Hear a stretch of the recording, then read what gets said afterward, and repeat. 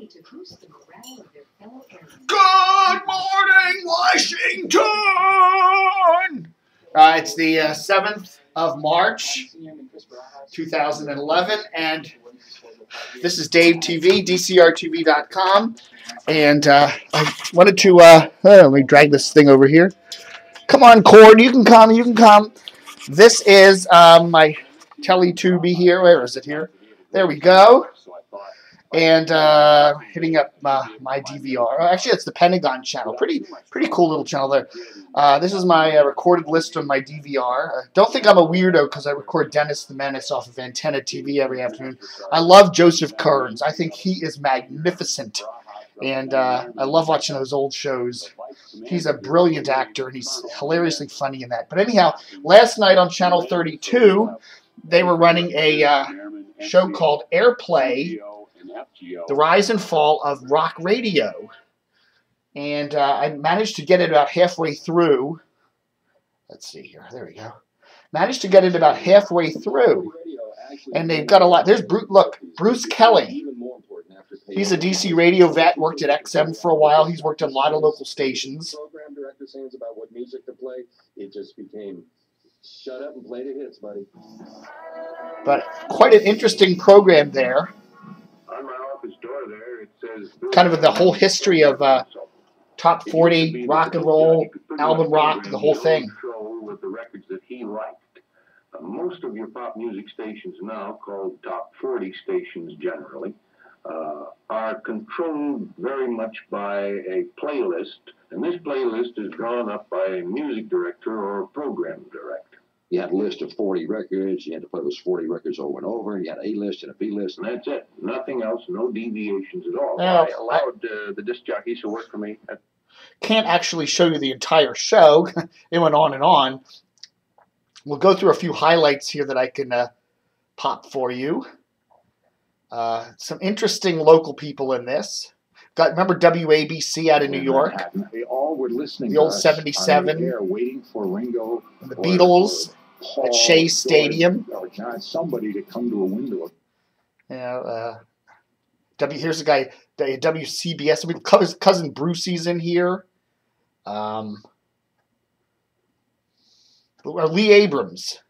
Entertainers. Remember Lee Abrams? He's used to work over at XM.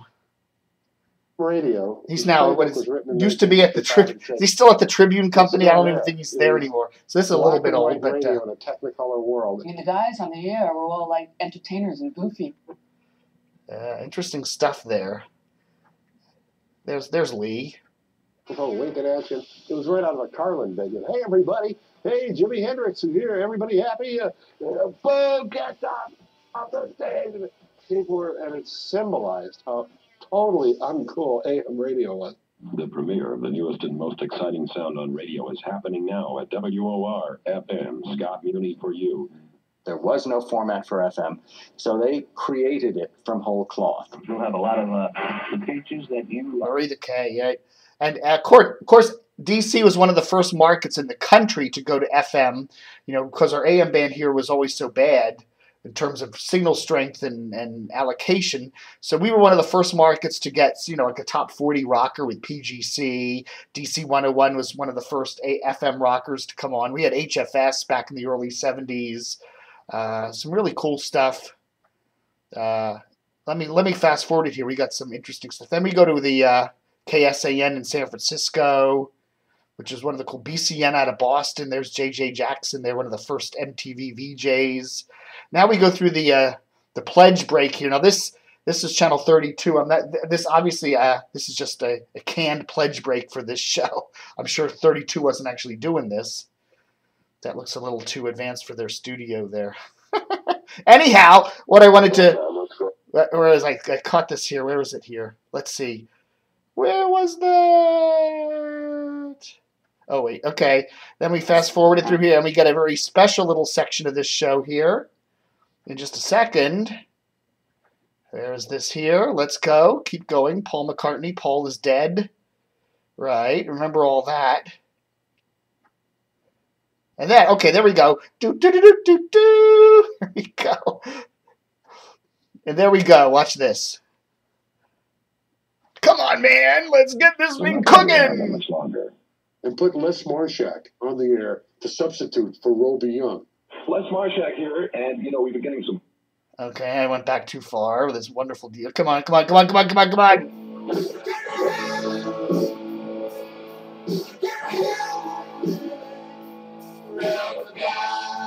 There we go. AM and FM were two different camps. FM radio. A little shout out there to the old HFS on 102.3. That was probably my bumper sticker. The guys from the old HFS scanned that. I actually took a picture of that and scanned that for them. So that actually the WHFS bumper sticker you're seeing there was probably on my old the old wall of my house. Oh, my old bedroom door. Anyhow, some really cool, you see some interesting people there. I don't know if Channel 32 or any of the other public TV stations are going to be rerunning this, but if you do see it, it's worth a catch. It's worth DVRing. At least I got half of it here, so if you all want to come over sometime and watch half of it, be my guest. Make a little donation to the website, and I'll pour you up an adult beverage, and we can hang out and make a donation to the great Channel 32, Howard University Television. Yeah. So anyhow. Okay, let's see. Oh no, how do I turn the TV off? Anyhow. Big news today, Monday.